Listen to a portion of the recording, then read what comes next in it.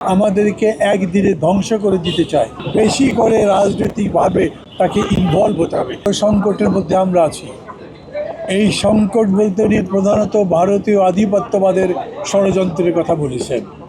ভারতীয় আধিপত্যবাদ আমাদের এই পরিবর্তনকে একেবারে স্বীকার করতে চায় না, পারলে আমাদেরকে একদিনে ধ্বংস করে দিতে চায় এবং সেই জন্যে যা যা করবার দরকার সব তারা করছে, এই ছিল তার কথা। এবং এই জন্য উনি বেশ চিন্তিত।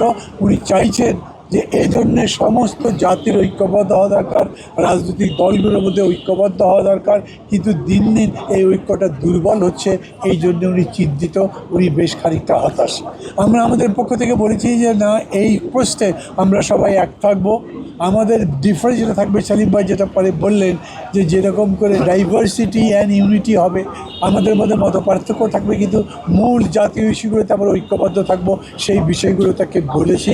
উনি মোটামুটিভাবে আশ্বস্ত হয়েছেন।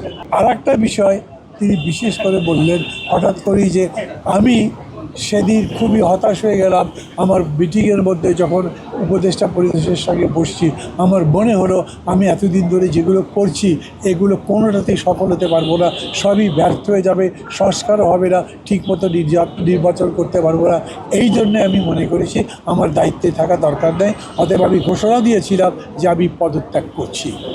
এই নিয়ে অনেক কিছু হয়েছে তাদের নিজেদের মধ্যে, সেগুলো একটা বিস্তারিত কাহিনী বললেন, কীরকম করে বাকিরা থেকে পার্সু করেছে, বাকিরা তাকে আটকেছে, পদত্যাগপত্র লিখতে দেয়নি। সব মশার বিরুদ্ধে সুরক্ষা দিতে এলো বসুন্ধরা এক্সট্রিম অ্যারোসল। মশার বিরুদ্ধে এক্সট্রিম সুরক্ষা। লিখতেও সেটা পাঠাতে দেয়নি এবং তাকে ধরে রেখেছে। আমরা আবার রসিকতা করে বলেছি, আমরা উপদেষ্টা পরিষদকে ধন্যবাদ দিচ্ছি।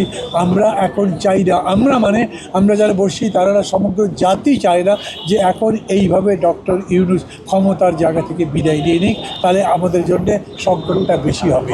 এই ব্যাপারেও আমরা বলেছি বেশি করে রাজনৈতিকভাবে তাকে ইনভলভ হতে হবে, কথাবার্তা বলতে হবে, ডিসকোর্স হতে হবে এবং কী কর্মসূচি তিনি নিতে চাচ্ছেন সেইটা বলতে হবে। বেসিক্যালি যেহেতু রাজনীতিটা হচ্ছে নির্বাচন সামনে, সেই নির্বাচনের রোডম্যাপ তার বলা উচিত এবং তিনি কীরকম করে নির্বাচন করতে চান, তার ডেডলাইন কবে, সেই সম্পর্কে তার বলা উচিত। উনি খুব স্পষ্ট করে বলেছেন, প্রথম বলেছেন যে যদি সংস্কার হয়, আমি তো বলেছি তাহলে ডিসেম্বর, আর যদি বেশি সংস্কার হয় তাহলে জুন। এর মধ্যে আমরা আলোচনা করে যে কোনোটা করতে পারি, কিন্তু আমি লিখে দিচ্ছি, দরকার লাগলে পদত্যাগপত্র হিসেবে লিখে দেবো যে জুনের পরে কোনোভাবে এটা গড়াবে না, তার আগে নির্বাচন হবে।